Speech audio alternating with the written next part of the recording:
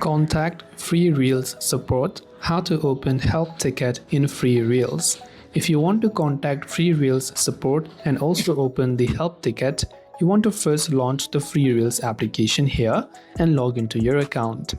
Tap on the profile icon located at the bottom right hand side of the screen.